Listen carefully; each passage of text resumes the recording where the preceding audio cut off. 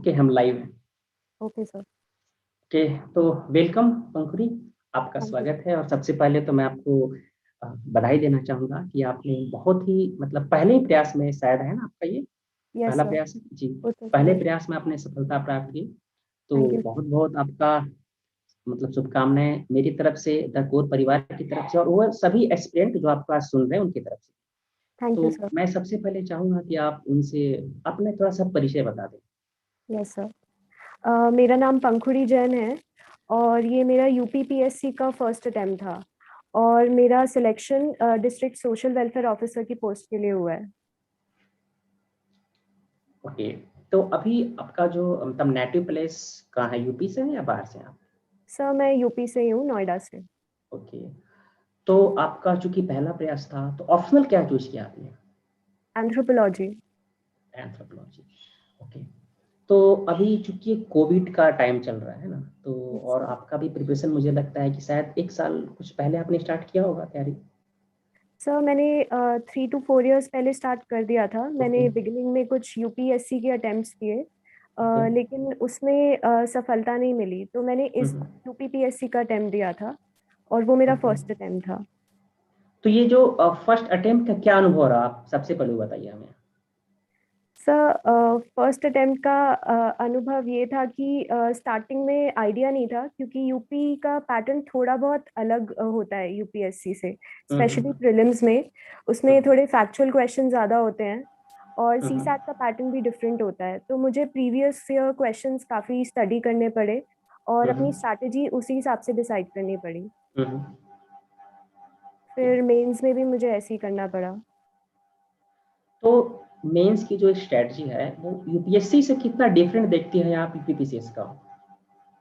Sir अभी काफ़ी same हो गया है। हम्म। जैसे 4 GS पेपर्स होते हैं, 1 essay हम्म। पेपर होता है एंड हम्म। 1 optional होता है जिसके 2 पेपर्स होते हैं, हम्म। एंड एक हिंदी पेपर होता है जिसके मार्क्स ऐड होते हैं। यूपीएससी में तो क्योंकि वो क्वालिफाइंग पेपर होता है, बट यूपीएससी में उसके मार्क्स ऐड होते हैं। तो एक डिफरेंस तो ये है हिंदी का।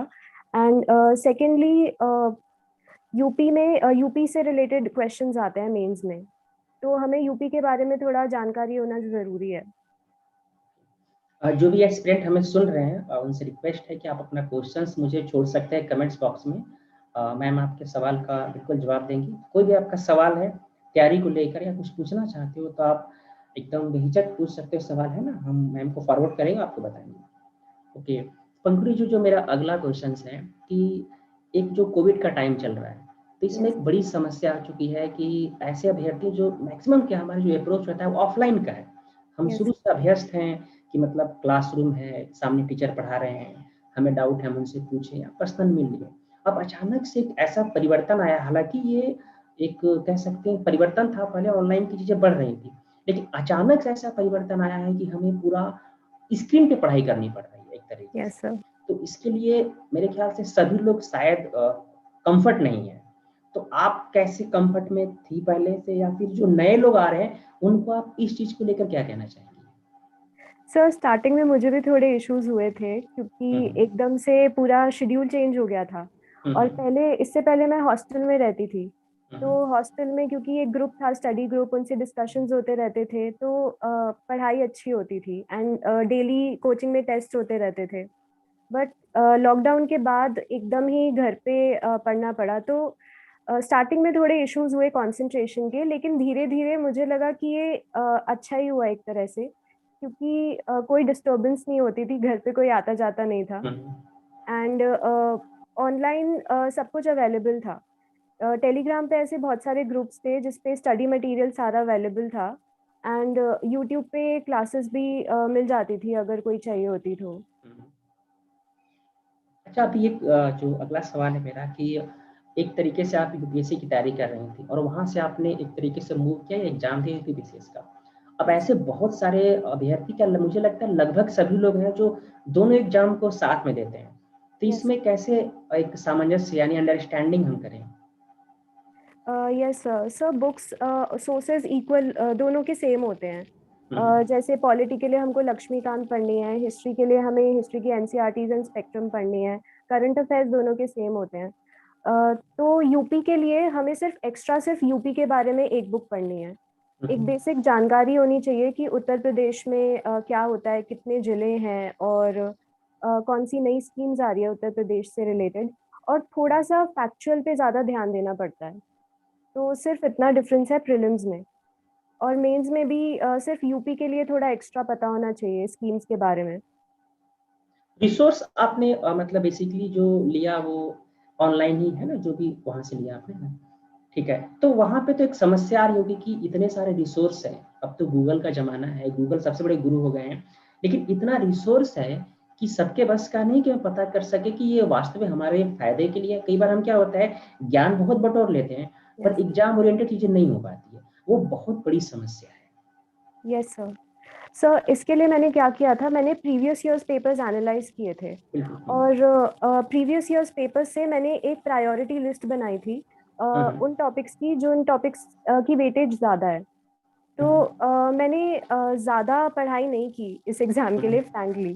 तो ओके। मैंने वो जो प्रायोरिटी लिस्ट बनाई थी, जैसे हमारे सिलेबस है, तो सिलेबस में मैंने देखा कि उसमें जैसे एग्रीकल्चर से रिलेटेड बहुत क्वेश्चंस पूछे थे लास्ट ईयर। तो मैंने एग्रीकल्चर से रिलेटेड जो टॉपिक्स हैं, जैसे फूड प्रोसेसिंग है, क्रॉपिंग पैटर्न है, उस पे बेसिक गूगल किया। जैसे क्रॉपिंग पैटर्न को मैंने गूगल किया, और क्रॉपिंग पैटर्न से रिलेटेड एक सिंपल डेफिनेशन, उससे रिलेटेड एक सिंपल फ्लो चार्ट, और 6 to 7 पॉइंट्स उससे इश्यूज एंड सॉल्यूशंस। और वो पॉइंट्स जनरल पॉइंट्स नहीं, जो थोड़े इनोवेटिव पॉइंट्स हो, क्योंकि जनरल पॉइंट्स हम लोग वैसे भी एग्जाम में रिप्रोड्यूस कर लेते हैं, बट थोड़े इनोवेटिव पॉइंट्स मैंने नोट करने की कोशिश की। तो मेरी स्टडी एक तरह से बहुत ज़्यादा सिलेक्टिव रही यूपीपीएससी के लिए। तो ओके। मैंने ज़्यादा बुक्स भी नहीं रीड की इसके लिए, बस प्रीलिम्स के लिए बेसिक बुक्स रीड की थी, एंड मेंस के लिए सिंपल टॉपिक्स को गूगल करके उसके हाफ हाफ पेज के नोट्स बनाए। अभी हमारे पास एक सवाल आया है, अमित का सवाल है कि यस सर। मैम उन्होंने सवाल पूछा है कि यूपी स्पेशल के लिए क्या आपने कोई बुक स्पेशली लिया था, रीडिंग किया था, या कैसे किया था उसको? यूपी स्पेशल के लिए मैंने सिर्फ एक बुक रेफर किया था, घटना चक्र आता है उसका। ओके, घटना तो चक्र आपने घटना लिया, चक्र राइट? Current okay. अफेयर्स। तो वो ओके। लेटेस्ट बुक मैंने लिया, और उसमें भी मैंने पूरा बुक वो नहीं पढ़ा। मैंने उसमें हम्म। टॉपिक्स प्रायोरिटाइज किए कि कौन से टॉपिक्स हम्म। इंपॉर्टेंट हैं और कैसे क्वेश्चंस प्रीवियस ईयर्स पूछे गए हैं। और उसमें जैसे स्कीम्स का टॉपिक मुझे बहुत इंपॉर्टेंट लगा, इरिगेशन का इंपॉर्टेंट लगा, एंड जोग्राफिकल लोकेशंस का इंपॉर्टेंट लगा, और एक यूपी का बेसिक मैप जो मुझे बनाना आना चाहिए। ओके। तो इसके वो सिलेक्टेड चीज़ें मैंने उस बुक से पढ़ के एक शॉर्ट नोट्स बना लिए। तो मेरे ओके। हार्डली 4 to 5 पेजेस के उत्तर ओके। प्रदेश के नोट्स थे जो मैंने मेंस में यूज़ किए। और उन्हीं नोट्स के पॉइंट्स मैंने हर क्वेश्चन में लगभग यूज़ किए। अगला सवाल मेरे पास अंकित ने भेजा है और बहुत अच्छा सवाल भी है उनका, कि क्योंकि आपने बताया कि आपने यूपीएससी दिया हुआ है, तो उनका सवाल यही है कि मैम ऐसी क्या कमी रह गई या फिर ऐसी कुछ होती है गलतियां एस्पिरेंट से जिस वजह से वो एग्जाम में मतलब सफल नहीं हो पाते, तो आपको क्या लगता है आपने ऐसी क्या गलती की ताकि कोई दूसरा एस्पिरेंट ना करे वो गलती? Yes sir. सर यूपीएससी में मुझे लगता है कि स्ट्रैटेजी की ही प्रॉब्लम रही। ओके। हर एस्पिरेंट की तरह मैंने हार्ड वर्क पे ज़्यादा फोकस किया एंड ओके। स्मार्ट वर्क पे उतना नहीं किया। ओके। तो ज़्यादा से ज़्यादा नॉलेज गेन करने की कोशिश की, हम्म। लेकिन एग्ज़ाम सिर्फ नॉलेज से क्लियर नहीं होता है, ये हम्म। मुझे बाद में रियलाइज़ हुआ। ये हम्म। स्ट्रैटेजी से क्लियर होता है। तो फिर वही सवाल है कि फिर स्ट्रेटजी के लिए हम क्या करें? स्ट्रैटेजी के लिए हमें अपनी वीकनेसेस पे फोकस करना पड़ेगा। ओके। जैसे यूपीएससी का प्रीलिम्स है, तो यूपीएससी के प्रीलिम्स में अभी हमने ट्रेंड देखा है कि बहुत ज़्यादा लेंदी पेपर आने लगा है। तो स्टूडेंट्स ज़्यादातर आखिरी के आधे घंटे में पैनिक हो जाते हैं, और आखिरी के आधे घंटे में 10 से 12 क्वेश्चंस रॉन्ग मार्क कर देते हैं, वो पैनिक की वजह से। तो ये प्रॉब्लम मुझे भी आई, तो मैंने अपनी स्ट्रैटेजी बनाई कि मेरा वो टाइम इशू ना रहे, और मैं उन 2 घंटे के टाइम में अपना पेपर प्रॉपरली कंप्लीट कर लूँ, ताकि मुझे एंड मोमेंट पे मैं पैनिक ना करूँ। और तो उसी तरह से मैंने अपनी स्ट्रैटेजी बनाई थी, तो इसलिए मेरे जीएस में 124 मार्क्स भी थे यूपीएससी में। मैं एक क्वेश्चन मेन से रिलेटेड पूछूंगा कि एक्चुअली आंसर राइटिंग वो सबसे मोस्ट है मेंस यस। में, चाहे वो हमारा ऑप्शनल हो या फिर जनरल स्टडीज हो, तो आंसर राइटिंग के लिए आपने क्या किया? कैसे शुरुआत किया उसका? सर आंसर राइटिंग के लिए मैंने सबसे पहले तो अमित सर की क्लासेस ज्वाइन की थी। हम्म, और तब अमित सर ने मुझे बेसिक से सिखाया कि हम्म, आंसर अगर आप लिख रहे हो तो सबसे पहले क्वेश्चन को समझना ज़रूरी है। हमें वो नहीं लिखना है जो हमें आता है, हमें वो लिखना है जो हमसे पूछा गया है। तो उसके लिए कीवर्ड्स मार्क करना बहुत ज़रूरी है। एंड कीवर्ड्स मार्क करने के बाद क्वेश्चन की डिमांड समझना ज़रूरी है। उसके बाद एक दिमाग में स्ट्रक्चर होना चाहिए कि हम अपने आंसर को कैसे लिखेंगे, और ये सब चीज़ें प्रैक्टिस करके 8 से 10 सेकंड में हमारे दिमाग में आ जानी चाहिए। एक बार स्ट्रक्चर दिमाग में आ गया तो उसके बाद हमें पॉइंट्स जनरेशन करना है। हमारे हम्म। दिमाग में पॉइंट्स आने चाहिए कि हमें क्या लिखना है आंसर में, और फिर बस लिख देना है with in the time limit. कि जैसे जो नए एस्पिरेंट्स हैं ना, जो भी मतलब एग्जाम की तैयारी कर रहे हैं, तो उनके अंदर एक बड़ी ललक होती है कि आंसर राइटिंग करना है। तो उनका एक सवाल भी होता है सर कि हम आंसर राइटिंग कब शुरू करें, क्या मतलब स्टार्टिंग हम मेन से करें तैयारी का, क्या करें, तो वो थोड़ा सा फोकस करो। सर मुझे लगता है आंसर राइटिंग करने के लिए थोड़ा बेसिक नॉलेज होना ज़रूरी है। अगर हमने एनसीईआरटीज पढ़ ली हैं और हमें बेसिक नॉलेज है तो हम आंसर राइटिंग स्टार्ट कर सकते हैं। स्टार्टिंग में हम प्रैक्टिस के लिए कर सकते हैं कि अगर हमें थोड़ी बहुत भी टॉपिक पे नॉलेज है तो हम कितना लिख पा रहे हैं। लेकिन उसको इवैल्यूएट कराना ज़रूरी है किसी सीनियर से या किसी टीचर से। तो मुझे ये लगता है। अ, अभी जैसे कि आप मतलब सबकी मतलब एक ही कहावत है कि घर पे रहिए सुरक्षित रहिए, लेकिन घर पे रहिए सुरक्षित रहिए और फ्यूचर भी बनाना है, ये बड़ी चुनौती हो चुकी है। तो अब घर पे रह के कई बार क्या होता है कि मेरा मतलब व्यक्तिगत मानना भी है कि हमारी आदत हो जाती है कि हम घर से दूर रह के पढ़ते हैं कोचिंग संस्थान के माध्यम से, तो ये एक ट्यूनिंग कैसे बने घर पे रह के पढ़ने की, ये बड़ी मुझे तो खुद भी चुनौती नजर आती है। और मुझे लगता है कि कई ऐसे एस्पिरेंट हैं जिनके सामने नजर आता हो, तो वो खुद को कैसे एनर्जी में लाए? तो उसके लिए खुद सेल्फ मोटिवेट करना पड़ता है खुद को। बिल्कुल। तो मुझे क्या हेल्प किया, मैंने मेरा स्टडी ग्रुप रहता था हॉस्टल में। एक हम्म, 2-4 लोग होते थे जिनसे हम डिस्कस करके पढ़ते थे। तो घर हम्म, पे जब मैं आई तो मैंने उनसे संपर्क नहीं तोड़ा। मैं हम्म, फोन से उन क्योंकि पूरा टाइम फोन पे हम डिस्कस नहीं कर सकते। नहीं कर सकते। तो हम एक टारगेट रखते थे मिलकर कि 2 दिन में दो मतलब हम सबको ये टॉपिक फिनिश करना है, और ये टॉपिक फिनिश करने के बाद हम इस पे क्वेश्चंस डिस्कस करेंगे। तो मेरा टारगेट ये रहता था, तो उससे कंपटीशन भी बना रहता था और बोर नहीं होते थे घर पे। ओके। डियर स्टूडेंट्स, आपको कोई और सवाल हो तो आप बिल्कुल पूछ सकते हो, मैम उसका उत्तर देने के लिए तैयार हैं। आपके कोई भी सवाल हो तैयारी को लेकर, या फिर आपका कुछ जिज्ञासा होगा जो एज एक्सपीरियंस, तो आप बिल्कुल पूछ सकते हैं, मैं आपके क्वेश्चंस फॉरवर्ड करूंगा। ओके। अब मैं ऑप्शनल पे थोड़ा आता हूँ कि एक समस्या जो मुझे दिखाई देती है ऑप्शनल को चूज करते समय, चाहे वो एक अंग्रेजी माध्यम के अभ्यर्थी हो या फिर हिंदी माध्यम का, क्योंकि एकेडमिक में हम कुछ और पढ़े रहते हैं, और फिर तो हम सोचते हैं कि जो हमने एकेडमिक पढ़ा है 3 साल 4 साल समय दिया है, क्यों नहीं उसी में से एक विषय का चयन किया जाए। आप इसे किस रूप में देखते हो? क्या वास्तव में यूपीएससी में हमें वही करना चाहिए, या फिर यहाँ आकर हम कुछ चेंज कर सकते हैं चीजों को? सो वो हर कैंडिडेट के इंटरेस्ट पे डिपेंड करता है। जैसे मेरा ग्रेजुएशन सब्जेक्ट इकोनॉमिक्स था, लेकिन इकोनॉमिक्स पढ़ने के बाद मुझे लगा कि इकोनॉमिक्स में ऐसे कुछ टॉपिक्स थे जो मेरे वीक थे। जैसे माइक्रो इकोनॉमिक्स में मुझे बिल्कुल इंटरेस्ट नहीं था, बाकी टॉपिक्स में था, तो मैं कंफर्टेबल नहीं थी उसको एज ऑप्शनल लेने के लिए। तो मैंने स्टार्टिंग में तो ज्योग्राफी ले लिया क्योंकि उसमें मुझे इंटरेस्ट आ रहा था। बट मैंने देखा कि ज्योग्राफी उतना आजकल मैं पढ़ नहीं पा रही हूँ और बहुत ज़्यादा सिलेबस हो रहा है। वो हर कैंडिडेट के इंटरेस्ट पे डिपेंड करता है। मुझे उसमें भी उतना फिर बाद में इंटरेस्ट खत्म हो गया, तो उसके बाद मैंने एंथ्रोपोलॉजी ऑप्ट किया। एंड एंथ्रोपोलॉजी में मुझे पढ़ने में बहुत मज़ा आया, तो इसलिए मैंने वो सब्जेक्ट चूज़ किया। तो मुझे लगता है कि हर बिल्कुल। कैंडिडेट को एक बार ट्राई करना चाहिए, पढ़ के देखना चाहिए हर ऑप्शनल को। अगर उन्हें लगता है कि वो इसके साथ आगे बढ़ सकते हैं तो उन्हें वो लेना चाहिए। बिल्कुल, और बिल्कुल आप सही कह रहे हो, मतलब हो सकता है उनके सीनियर्स या जो टीचर्स हैं वो बिल्कुल हेल्प कर सकते हैं। Yes but sir.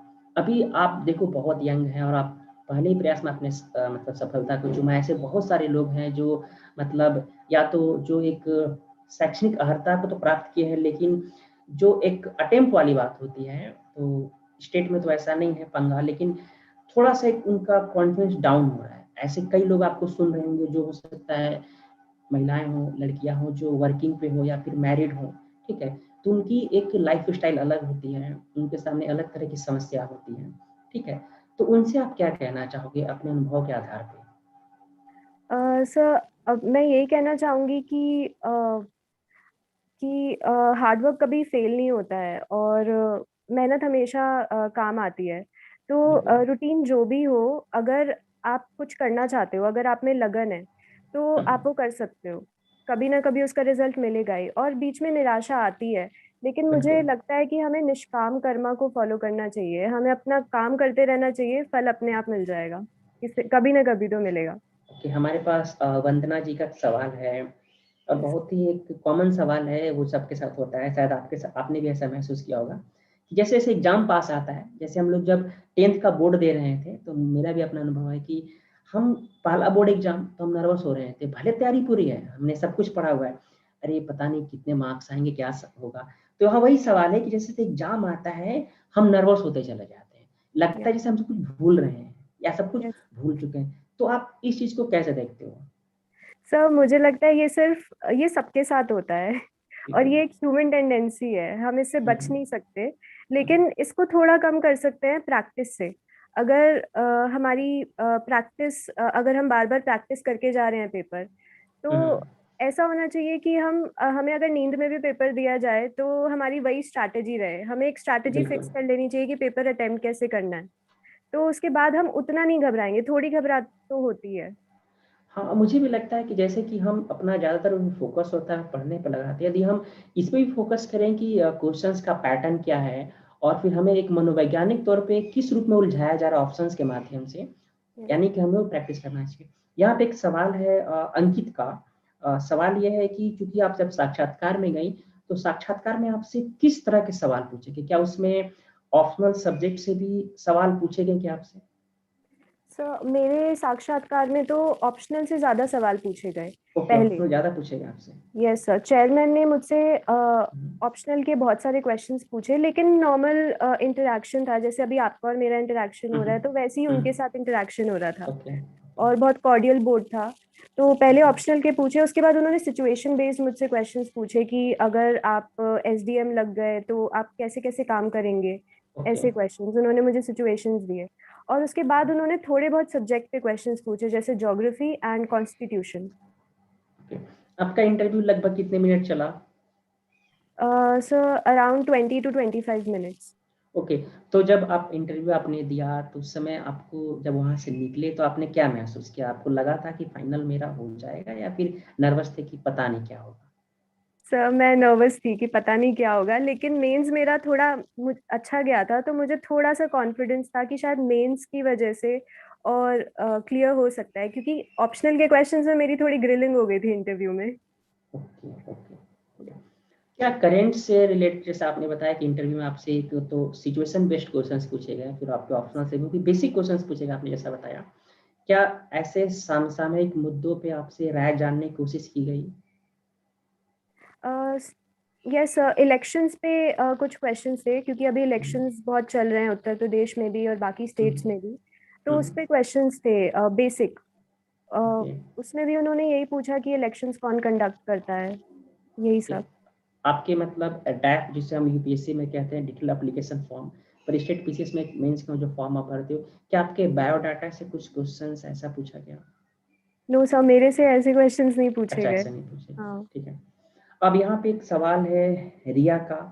हालांकि रिया का सवाल बहुत ही कॉमन सवाल है, आपने इसका शायद उत्तर दे दिया मुझे लगता है। उनका सवाल है कि मैम आपने स्टडी करने के लिए कौन कौन सी बुक पढ़ा, प्लीज बताइए। प्रीलिम्स के लिए तो बेसिक बुक्स जो एनसीईआरटीज हैं, अगर आप एकदम बिगिन कर रहे हो, अपनी स्टडीज की शुरुआत कर रहे हो, तो एनसीईआरटीज पढ़ना बहुत ज़रूरी है। तो पहले मैंने एनसीईआरटी से शुरुआत की, ताकि मुझे मेरा एक बेस बन जाए। उसके बाद मैं बाकी बुक्स पे गई, जैसे लक्ष्मीकांत है, स्पेक्ट्रम है, वही बेसिक बुक्स जो सब कैंडिडेट्स पढ़ते हैं, कुछ एक्स्ट्रा मैंने नहीं पढ़ा। तो प्रीलिम्स के लिए ये था। एंड मेंस के लिए तो वही मैंने सिलेबस से टॉपिक्स देखे एंड उसको गूगल करके नोट्स बना लिए। करंट अफेयर के लिए आपने क्या किया?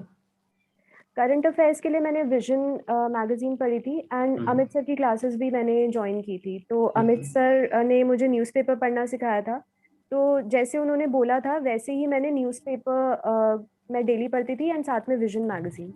ओके। और पेपर फोर्थ जो है इथिक्स है ना, वो यूपीएससी में भी है और अभी नया सिलेबस आईयूपी का वहाँ भी शामिल है। तो पेपर फोर्थ के लिए आपकी कोई एक अलग स्ट्रेटजी थी, उसके लिए आपने क्या किया? सर पेपर 4 के लिए मैंने सबसे पहले प्रीवियस ईयर्स क्वेश्चंस को एनालाइज किया था मेंस के। हम्म, उसमें एनालाइज करने के बाद मैंने टॉपिक्स देखे कि वो रिपीट होते हैं या नहीं। तो मैंने ये ऑब्जर्व किया कि सिलेबस के जो टॉपिक्स हैं उन्हीं से घुमा के क्वेश्चंस पूछे जाते हैं, स्पेशली हम्म, सेक्शन 1 में। हम्म, जैसे इमोशनल इंटेलिजेंस है तो उसी के आसपास घुमा के एक ही तरह का क्वेश्चन वो अलग लैंग्वेज में बार बार पूछते हैं। तो मैंने क्या किया, मैंने उसके जैसे इमोशनल इंटेलिजेंस है तो मैंने उसके हर पॉसिबल क्वेश्चंस को खुद बनाया और यूपीएससी वाले भी ले लिए और उसके एक मॉडल आंसर्स प्रिपेयर कर लिए। मॉडल आंसर्स मतलब आधे पेज के खुद से ही हम्म, आंसर लिख दिया, हम्म, जिसमें हर आंसर में मैंने कोशिश की कि मैं एक फ्लो चार्ट, एग्जाम्पल्स, डायग्राम्स ऐसे डाल दूं। और वही नोट्स मेरे एंड तक चले और मैंने सिर्फ नोट्स ही रिवाइज किए, उसके बाद मैंने कोई बुक हाथ नहीं लगाई। और करंट अफेयर्स न्यूज़पेपर में जो आता रहता है, जैसे कोई भी हम्म, न्यूज़ आई, किसी ऑफिसर से रिलेटेड कोई न्यूज़ आई या कोई मर्डर से रिलेटेड, तो मैं उसको इसी एंगल से देखती थी कि मैं उसको एथिक्स के पेपर में कैसे यूज़ कर सकती हूँ। तो मैं वो बिल्कुल। एग्जाम्पल्स भी एक अलग पेज पे नोट करती रहती थी, तो एग्जाम में फिर वो एग्जाम्पल्स मुझे याद आते थे और मैं लिख देती थी। यहाँ पे आपने मतलब एक शब्द यूज किया मॉडल आंसर। अभी जैसे मैं भी बहुत सारे एस्पिरेंट कहते हैं कि सर अमुक क्वेश्चन से मतलब कोई क्वेश्चन है सर उसका मॉडल आंसर दीजिए। क्या आपको लगता है कि एक मॉडल आंसर होता है? Yes sir. अगर अगर एक स्टैटिक टॉपिक है, जैसे एक कॉमन सा हम्म, टॉपिक है तो हम्म, और बेसिक सा कॉमन सा क्वेश्चन है, तो हम हम्म, उसके लिए एक मॉडल आंसर प्रिपेयर कर सकते हैं और वो मॉडल आंसर सिर्फ उस क्वेश्चन के लिए काम नहीं आएगा। अगर हम्म। उस टॉपिक से रिलेटेड और भी कोई क्वेश्चन आ गया तो उसमें भी वो काम आ जाएगा और हमें वो पॉइंट्स तो याद रहेंगे ही रहेंगे। यहाँ पे वंदना का एक और सवाल है कि सर मैं आंसर राइटिंग कम कर पा रही हूँ इस टाइम, मेंस के लिए भी डर लग रहा है। मतलब इनके सवाल को मैं थोड़ा सा बदलता हूँ, इनका सवाल मैं समझ रहा हूँ। इमोशंस ये पूछना यही चाहती है कि चूंकि पीटी का टाइम आ रहा है, यस सर। तो हाँ, तो यानी कि हम कब से पीटी पढ़ना एकदम प्रारंभ करें, हम पीटी के लिए डेडिकेट हो जाएं, और इससे पहले का जो हमारा टाइम है यानी कि वो पूरा हम मेंस को कब तक दें, ये इनका सवाल है। ओके सो अभी जैसे पीटी तो बहुत पास आ रहा है, बहुत कम हम्म, टाइम रह गया है, कुछ हम्म, सिर्फ 70 डेज रह गए हैं। हम्म, तो मुझे लगता है अभी तो आंसर राइटिंग नहीं करना चाहिए, अभी पीटी पे फोकस करना चाहिए।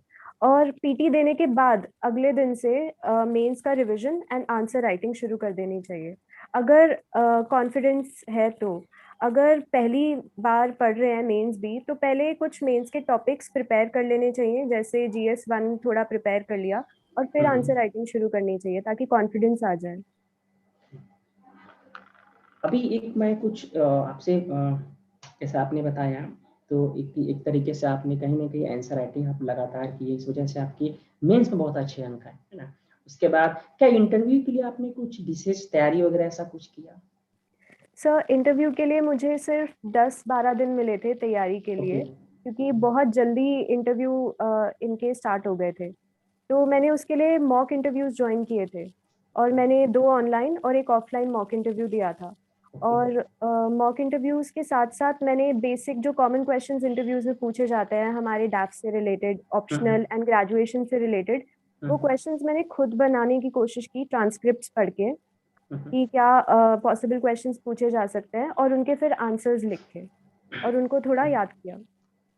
यहाँ पर एक सवाल है किसी का, कि अभी जैसे कि बहुत से ऐसे एस्पिरेंट जो अपीयरिंग में हो सकते हैं, या फिर जैसे कि एक होता है कि मतलब सेकेंड ईयर में हो, थर्ड ईयर में हो, या फर्स्ट ईयर में, तो सोचते हैं कि साथ में मैं कॉलेज की पढ़ाई भी करता रहूं और अभी से साथ में पैरेलल तैयारी करते रहें, ताकि एग्जाम को हम आसानी से मतलब ग्रेजुएशन कंप्लीट करें फिर निकाल लें।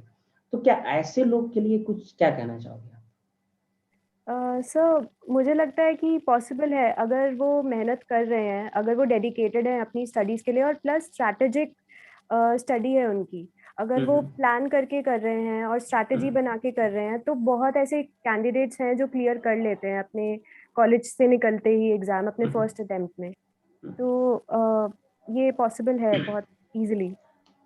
अभी एक जो मुझे एक विशेष समस्या मुझे लगता है जो एस्पिरेंट के सामने है कि एक कई बार वो प्रॉपर कोचिंग तो ज्वाइन कर लेते हैं, लेकिन शायद एक कोचिंग ज्वाइन करने का मतलब ये नहीं हो जाता कि आपकी सफलता सुनिश्चित है।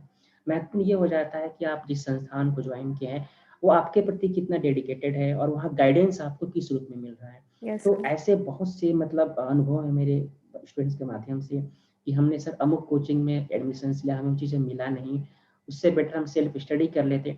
तो जो इस समय का जो ट्रेंड है, चूंकि कोविड है, तो एक मैक्सिमम जो एस्पिरेंट है वो सेल्फ स्टडी की तरफ चले गए हैं। यस लेकिन जो मुझे दिखाई देता है एक डेंजर जोन सेल्फ स्टडी में, यदि वहाँ पे एक प्रॉपर आपको गाइडेंस नहीं मिले तो आप पढ़ते तो चले जाओगे कि पढ़ने के लिए बहुत सारी चीज़ें, जैसे कि इतिहास के लिए ढेर सारी किताबें हैं, फिर बाजार में इतनी किताबें आ जाती हैं, नोट्स इतने आ जाते हैं टेलीग्राम पे कि आप सबको पढ़ना शुरू कर देते हो। तो यहाँ पर वो कैसे खुद को यानी एक कलेक्टिव अप्रोच के माध्यम से आगे बढ़े, क्योंकि सेल्फ स्टडी में मुझे सबसे जो डेंजर जोन दिखाता है ये दिखता है कि हम बहुत ज़्यादा पढ़ने लग जाते यस सर। सर इसमें वही है कि हमें ये तो पता है कि हमें क्या क्या पढ़ना है और हम क्या क्या पढ़ सकते हैं, लेकिन ये नहीं पता हमें क्या नहीं करना है। तो हैं। उसके लिए हमें देखना चाहिए कि हमारे वीक एरियाज क्या हैं। अगर हमें लगता है कि हमारा इकोनॉमिक्स बहुत ज़्यादा वीक है तो हम इकोनॉमिक्स के लिए थोड़ा कुछ एक्स्ट्रा पढ़ सकते हैं। लेकिन अगर हमें लगता है कि ठीक है, करंट अफेयर्स के क्वेश्चंस हमसे सॉल्व हो रहे हैं, तो उसके लिए एक मैगजीन काफ़ी है। और मैंने ये देखा है आज के ट्रेंड में कि बहुत ज़्यादा पढ़ने से एग्जाम क्लियर नहीं हो रहा है, क्योंकि बिल्कुल। क्वेश्चंस वैसे भी ऐसे ही आते हैं जो किसी ने नहीं पढ़े होते। तो मुझे बिल्कुल। लगता है कि अगर जो हमने पढ़ा है अगर हम सिर्फ उसे ही बार बार रिवाइज करें तो हमें कॉन्फिडेंस मिलेगा। और प्लस हम कोशिश करें कि जो हमें नहीं आता है उसे हम कॉमन सेंस से सॉल्व करने की कोशिश करें, क्योंकि यूपीएससी भी आजकल कॉमन सेंस बेस्ड क्वेश्चंस पूछ रहे हैं। तो अगर हम कॉमन सेंस लगाएं तो वो क्वेश्चंस बहुत इजीली सॉल्व हो जाते हैं, लेकिन हमें लगता है कि ये तो हमें आता नहीं और हम वो क्वेश्चन छोड़ के आगे बढ़ जाते हैं या गेस कर लेते हैं पैनिक होकर। यहाँ पे एक छोटा सवाल है हम लोग के सामने कि मेंस के रिजल्ट के बाद इंटरव्यू के बीच में कितना टाइम मिलता है। तो मेरे ख्याल से हर एग्जाम में अलग अलग सिचुएशंस होता है यस सर। ना? तो ये तो डिपेंड करता है, जैसे कोविड के टाइम हुआ आपका, आपने जैसा बताया आपको बहुत कम समय मिला, अब यूपीएससी में भी कम समय मिल रहा है, तो डिपेंड्स करता है एग्जाम के बीच। तो हम आगे बढ़ते हैं अपनी बातचीत में। और अभी आप चूंकि घर पे रह के आपने प्रिपरेशन किया और एग्जाम को किए, और अभी ऐसे बहुत से लोग जो घर पे रह के तैयारी कर रहे हैं और आने वाले समय में भी देखा जा रहा है कि चुनौती ज़्यादा बढ़ती चली जा रही है, प्रतिस्पर्धा ज़्यादा बढ़ता चला जा रहा है। एक तो जो स्वास्थ्य को लेकर जो चुनौतियाँ हमारे सामने आ रही हैं, तो उस चीज़ को लेकर कहीं न कहीं एस्पिरेंट को लेकर निराशा बन रही है कि पता नहीं मेरा फ्यूचर क्या होगा। तो उन लोगों के लिए आप एक बेहतर क्या संदेश देना चाहेंगी? सर मैं अभी तो यही बोलूंगी कि पहले जिंदगी बचानी है फिर बनानी है। उसके बिल्कुल। बाद अगर सबसे पहले तो हम घर पे हैं, तो हम घर पे हैं तो ये हमारे लिए एक अपॉर्चुनिटी की तरह हम इसको देख सकते हैं कि हमारे पास कोई काम नहीं है बाहर आने जाने का, कोई जॉब में नहीं जा रहा है ज़्यादा, कोई अगर काम हो रहा है तो ज़्यादातर घर पे ही हो रहा है। तो जो हमारे पास खाली टाइम बचता है, काफ़ी बच जाता है, तो उसमें हम अपनी स्टडीज़ कर सकते हैं।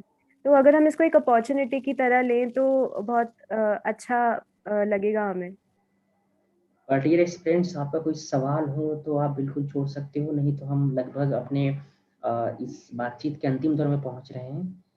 तो जो मेरा एक और आपसे सवाल है, एक व्यक्तिगत सवाल, कि जब आप तैयारी करने आए तो आपके मन में कई तरह के सवाल उत्पन्न हो रहे होंगे कि शायद मेरा होगा सिलेक्शन, नहीं होगा, और फाइनली आपका हुआ। तो ऐसे सवाल से आज भी स्टूडेंट जूझ रहा है, तो उनको आप एक मोटिवेटेड संदेश क्या देना चाहेंगे कि वो यदि स्टार्टिंग कर रहे हैं तो कैसे करें, और यदि बीच में चीजें उलझने आ रही हैं, समस्या आ रही है, तो उनसे वो कैसे निकले, जो होता है ना मोटिवेशन, अपने अंदर यस एक ऊर्जा को बनाए रखना, वो कैसे करें, वो सबसे बड़ी मुझे चुनौती दिखाई देती है बच्चों के सामने। सर, ये चुनौतियाँ मेरे सामने भी बहुत आई, तो मैं हम्म। कोशिश करती थी कि मैं इतना ज़्यादा खुद को फोर्स ना करूं। अगर मैं छोटे छोटे टारगेट्स बनाऊं, जैसे 2 दिन के टारगेट्स या 3 दिन के टारगेट्स, हम्म। और उन टारगेट के बाद मैं थोड़ा ब्रेक ले लूं, अपनी फैमिली के साथ आधा 1 घंटा स्पेंड कर लूं या कोई मूवी देख लूं। तो हम्म। अगर हम बहुत ही ज़्यादा खुद को फोर्स करते हैं तो हमारे अंदर की वो जो इच्छा है वो बिल्कुल ख़त्म हो जाती है और बिल्कुल। एनर्जी भी ख़त्म हो जाती है। तो ये थोड़ा खुद को मोटिवेट करने के लिए थोड़ा खुद को टाइम देना भी जरूरी है। आजकल एक जो मतलब अभी लास्ट आपने संगीता राघव जी का पता होगा, तो वो यूपी से नहीं थी, वो हरियाणा से थी, आप यूपी से हैं, और वो भी इंग्लिश मीडियम से, आप भी इंग्लिश मीडियम से। एक सवाल जो हिंदी मीडियम के बारे में बड़ी टीस सी रहती है कि इंग्लिश मीडियम में ज़्यादा सिलेक्शन हो रहा है, हिंदी मीडियम के रिजल्ट अब स्टेट में भी कम आ रहे हैं। आपको क्या दिखाई देता है, कमी कहाँ दिखाई दे रही है हिंदी मीडियम में आपको?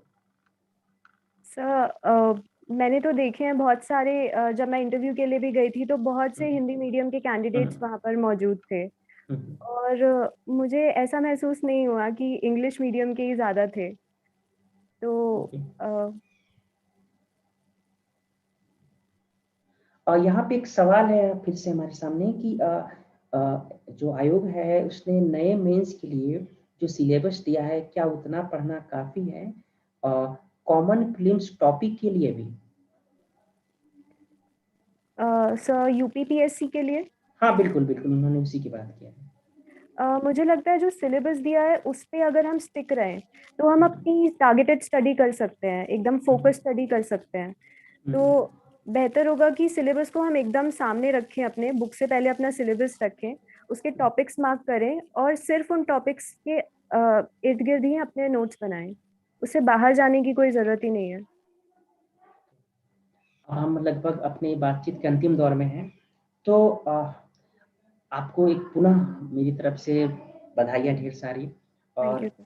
द कोर आईएएस की तरफ से भी, और ये समस्त अभ्यर्थी जो आपको सुन रहे हैं, आगे सुनेंगे, तो मैं एक ही सवाल आपसे पूछूंगा कि जाते-जाते इनसे आप ऐसा क्या कहना चाहेंगी ताकि ये अपने अंदर का वो आत्मविश्वास को बनाए रखें?